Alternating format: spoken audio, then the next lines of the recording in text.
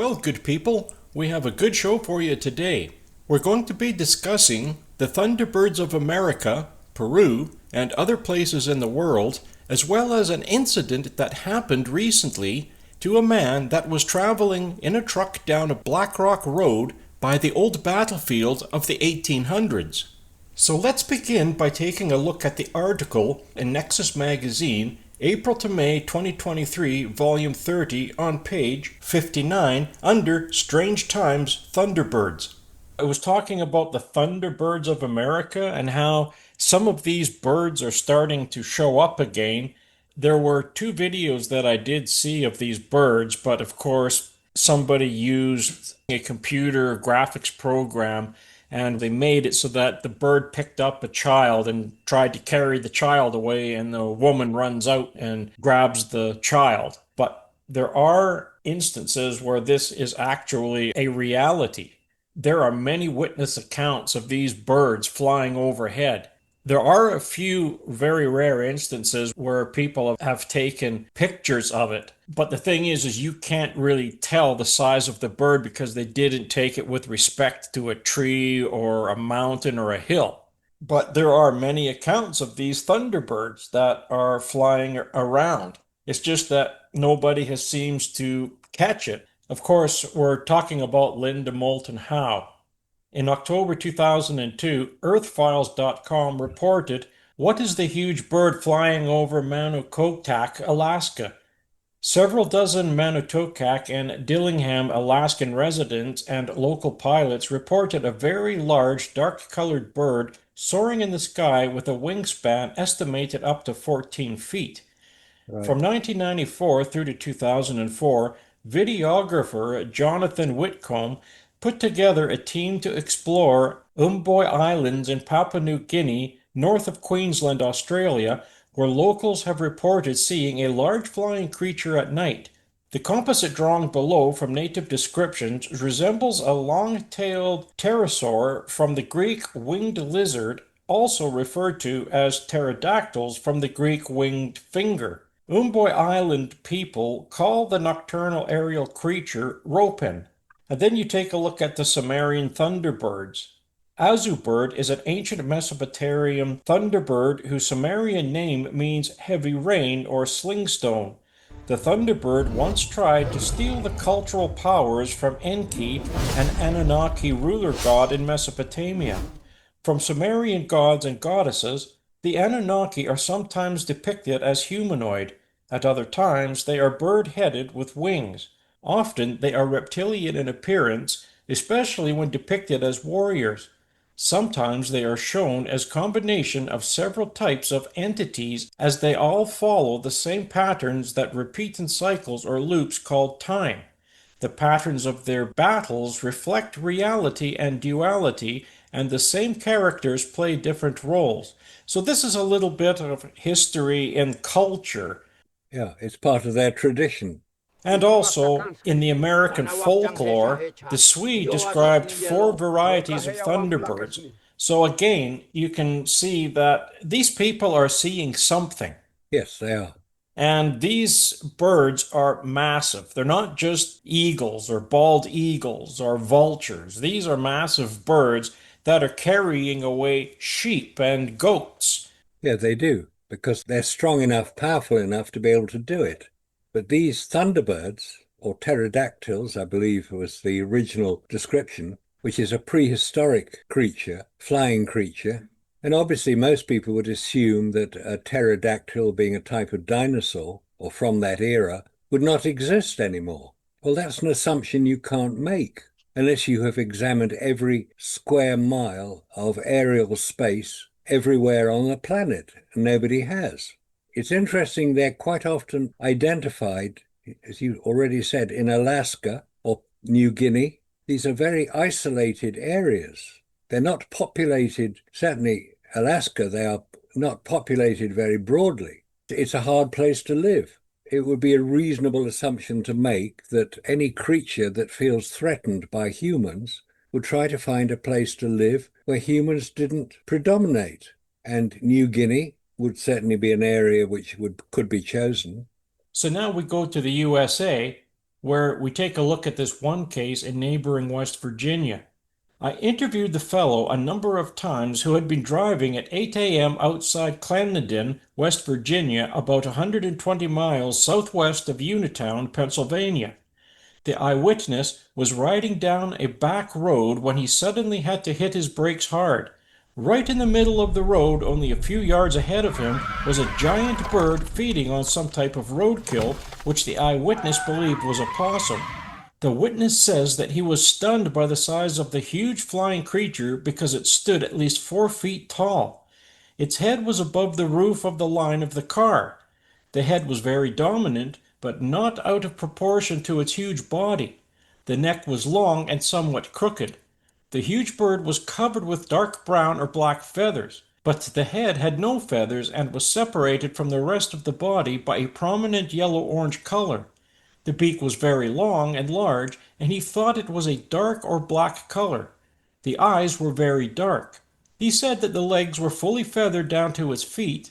The chest was very well formed, but what was most outstanding was the massive wingspan. He went to the scene afterwards and measured the wingspan based on his estimate that the huge bird's wings took up the whole two-lane roadway, which he measured at 21 feet across. You've got to remember that he was very close to this thing and it moved its wings. The gravel and dust on both sides of the road was stirred up. He said the whole thing was amazing and that the wings appeared to have human arms attached.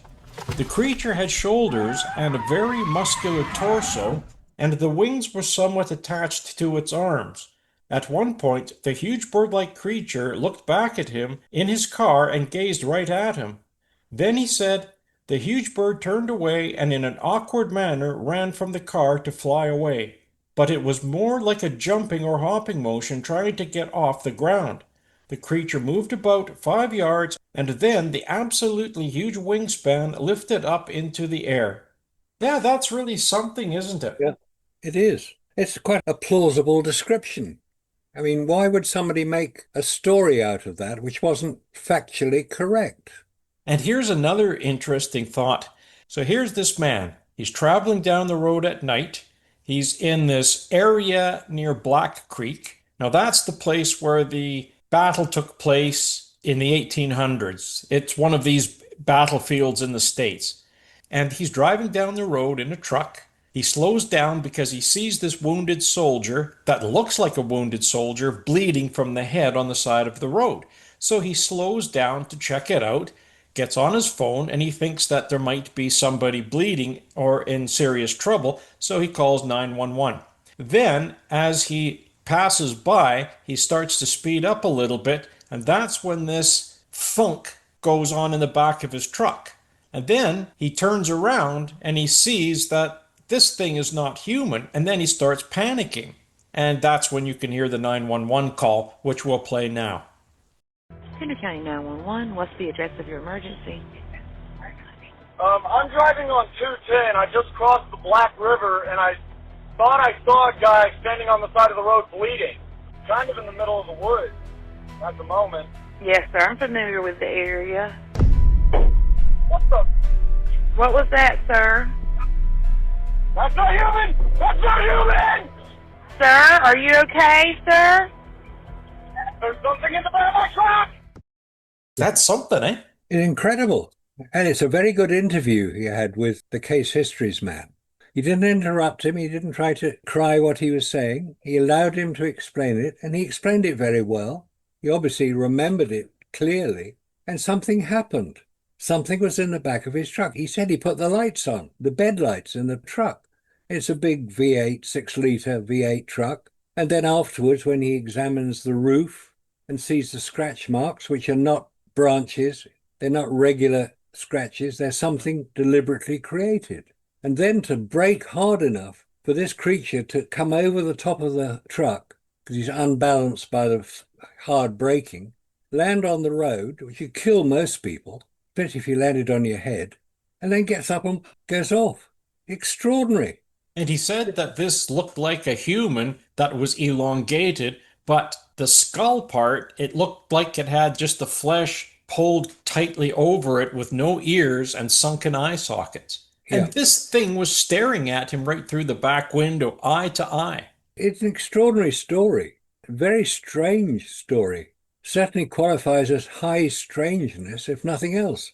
What it was, nobody can say because they didn't find the creature. Certainly not somebody in a gorilla suit. I mean, that's a ridiculous idea. This kind of thing has been going on for many years, actually many centuries.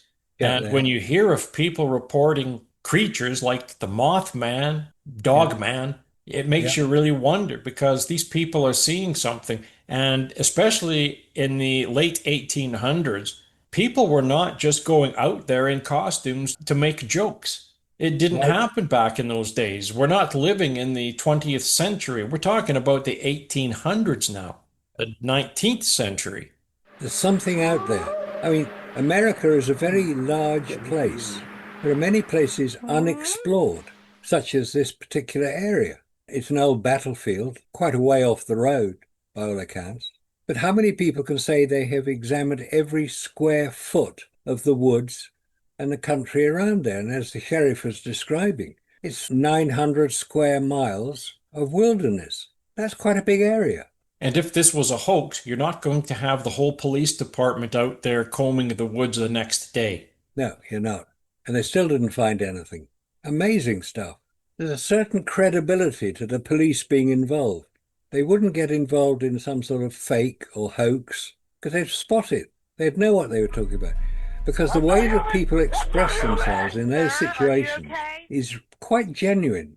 I mean, that young man, I'll call him a young man, T, I think he was referred to in the film, there's nothing to say that he wasn't totally honest about what he was experiencing.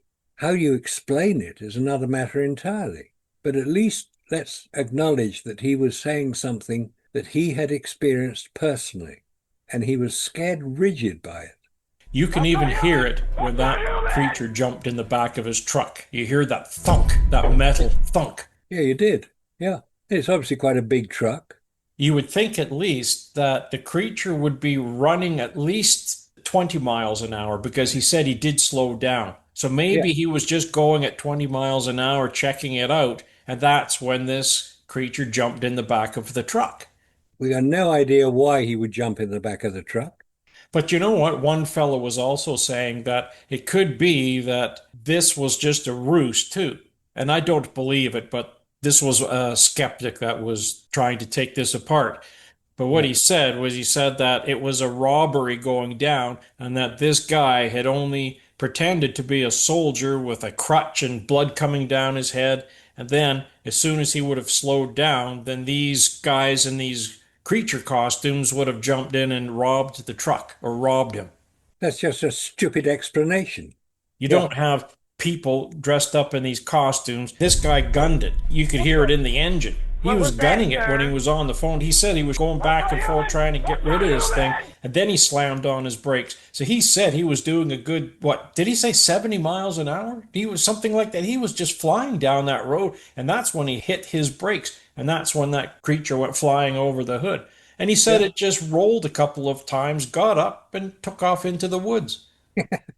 If that was a human being, you would be dead. Yeah, he would. Being chucked out of the back of a truck at that speed, you wouldn't survive.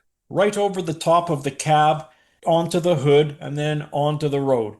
If he was a human and hit his head in any way at all, he'd be seriously injured and would be lying in the middle of the road and we would see it.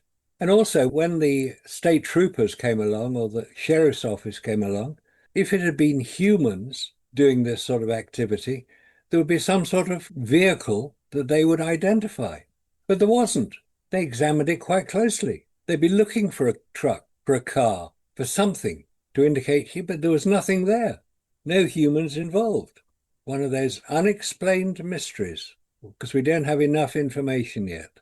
No, and this is one of the most haunted part of that highway. He's not the only one that has seen that soldier that has been limping on a crutch with blood coming down his face. These soldiers are from the 1800s, and it wasn't anywhere close to being Halloween when this happened either. Because there's a battlefield nearby, obviously a well-known battlefield, there may well be people appearing as a result of being killed in a battlefield. Who knows? One other theory that someone did put out there is that these guys are stuck in a time loop too. It could be that they've got caught Yeah, somehow in a time warp and they're warping back and forth between their time and our time. that's actually one of the explanations given for the appearance of ghosts. They're Yeah. stuck in a time loop. Well, Tesla cars can see them. Look at how many of these Tesla cars drive by graveyards and there are people following the cars as they're driving by all the way home. And there's nothing there. Only the cameras pick it up. That's another mystery. Perhaps we'll find the answer to it one day. It's probably to do with electronics or electricity, which has strange effects on people. Fascinating, absolutely fascinating. And I think it ties into this article on the Thunderbirds and Bigfoot Yep. because it's the same thing that's happening. You have highly intelligent people that are seeing these things, experiencing these things, but of course, Skeptic Magazine and his acolytes will just claim that it's all garbage. It's woo. It's just this and it's that. But do you think they will actually sit down and examine it? Yeah, it's a shame that these PhDs and doctors would not examine this more because I there's know. something going on there. There is high strangeness that is occurring here, and yet none of those accredited PhDs and physicists, not one of them will take it seriously and study it. Because, like you said last time, if they can't taste it, touch it, smell it, or hear it, it doesn't exist. That's exactly right. It reminds me, though, of that incident that happened with this one fella. It involved an old abandoned factory. And what would happen is this fella went through the factory just looking around, and all of a sudden, this creature just appeared out of nowhere. And it had lightning and everything else around it, and it was so fierce looking. It had huge arms, legs, and a little bit of fur on the stomach area. And the head looked like between a wolf, a dog, and a man. He took off because it freaked him out so badly. And he went home and he told his father. And his father got really worried and he sat him down and he said, "Look, you're not the only one to encounter this." He says, "I've encountered it, and so has the chief of police." I would have to go back and review it, but I think what happened was he went back there because he couldn't believe it. He thought he was seeing things, right? So he goes back there again. Sure enough, this thing appears in a different place. This time, this thing starts coming after him.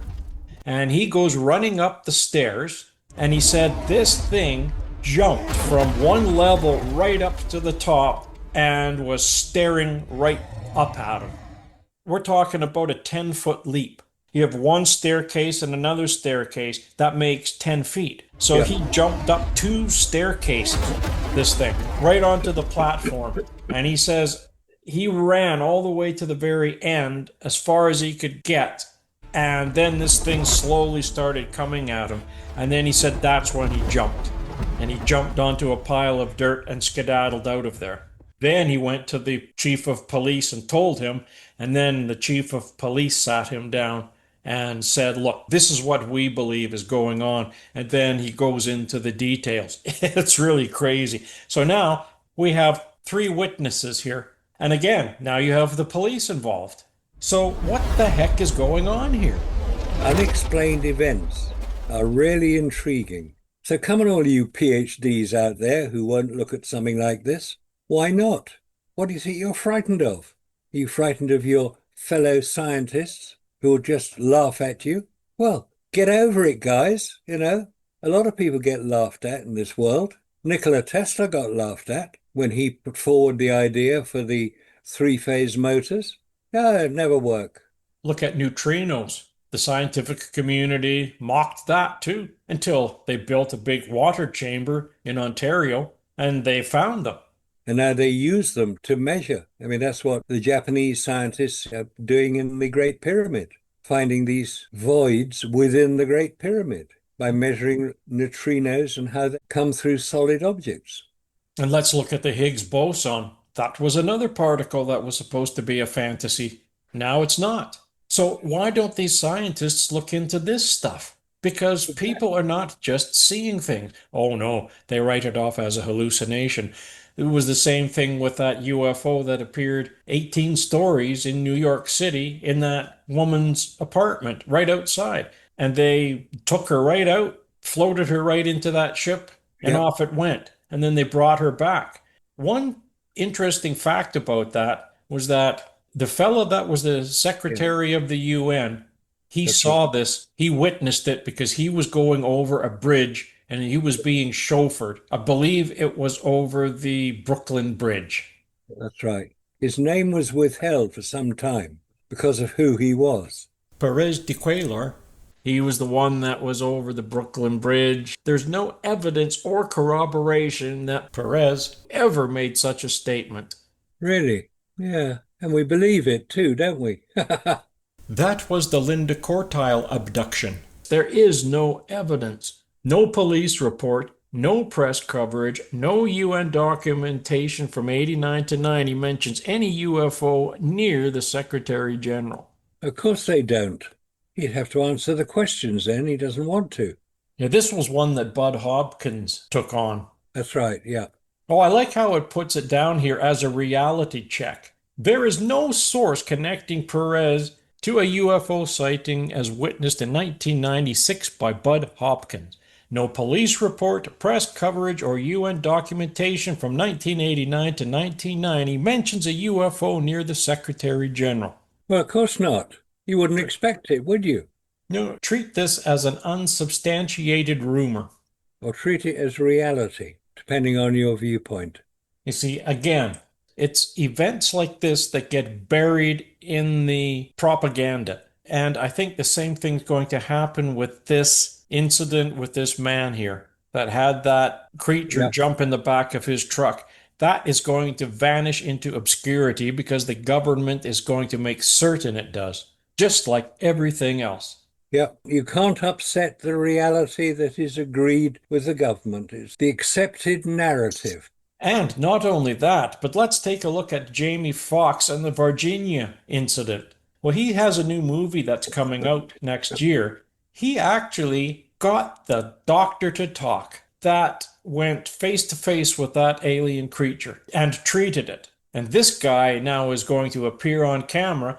What had happened, he had a heart attack and he almost died. And he said to himself, am I going to take this to the grave with me? And he said, no. He says, I'm going to tell it. So now Jamie Foxx has the interview. And look at the people that are coming out and saying, listen, we saw something. We saw this. We saw this ship. And it was circling, looking for something or someone. There were two ships. One was a cigar ship. That was the one that allegedly had crashed. And then there was another one that was two plates like saucers that were end to end. And then this other fella says, you know what? Have you ever noticed why these ships are saucer shaped? And he said when he was younger, his father said to him, I want you to pull out that book on the shelf on radar and turn to this page and tell me what you see. And the kid says, well, he says, I see a radar dish. And he said, good. Now put two radar dishes together like this. And he says, what do you have? Well, it looks like one of those flying saucers. And he said, exactly. Now you know how they function. This Yeah. was a fella that worked on the nuclear bomb. Yeah, you'd know about it. But when he came out and said, look, now we have the doctor that examined this thing. It is called the chupacabra. I think that's what one of the soldiers called it. The three girls are now women, and their mother and aunt. The mother, on the last film that Jamie Foxx did when he went there, he had the mother draw this thing. She actually took him right to that wall and Yeah. she drew what the feet looked like. And then he compared that to what they drew 20 years ago. It's the same thing. These Yeah. people were so traumatized by this creature. And not only that, but she says the smell, ammonia. This is what the doctor said, ammonia, sulfur and ammonia. It was so rancid. Everybody in that hospital, even to this day, when you walk in there and interview those people in the hospital that were there back then, they all remember that smell. Yeah, it's one of the most defining features of it. And what other creature has that smell so And prominent? yes. And then he was saying that when the soldier carried one of them, the wounded one, into the hospital, Well, he died because it was a bacterial infection that killed him that they could not treat at the time. But what happened was he said that when the soldier was carrying him, there was no smell. So he says perhaps that smell is when it's Yeah, afraid or frightened, it puts out that smell to deter people from capturing it or coming near it. that's right. Like a skunk use smell to deter predators, or a porcupine will raise its quills to deter predators.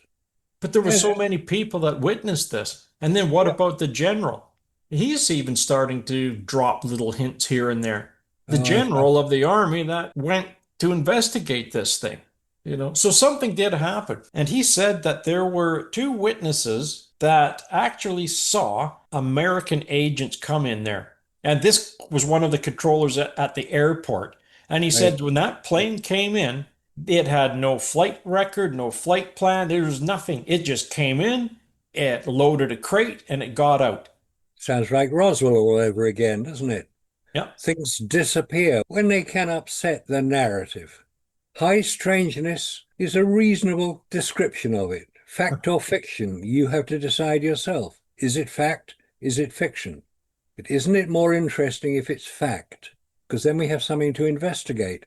Come on, all you scientists out there, investigate these things. You'll be acknowledged for helping solve some of these problems. You have to decide yourself. Is it fact? Is it fiction? Is it fiction? Is it fiction?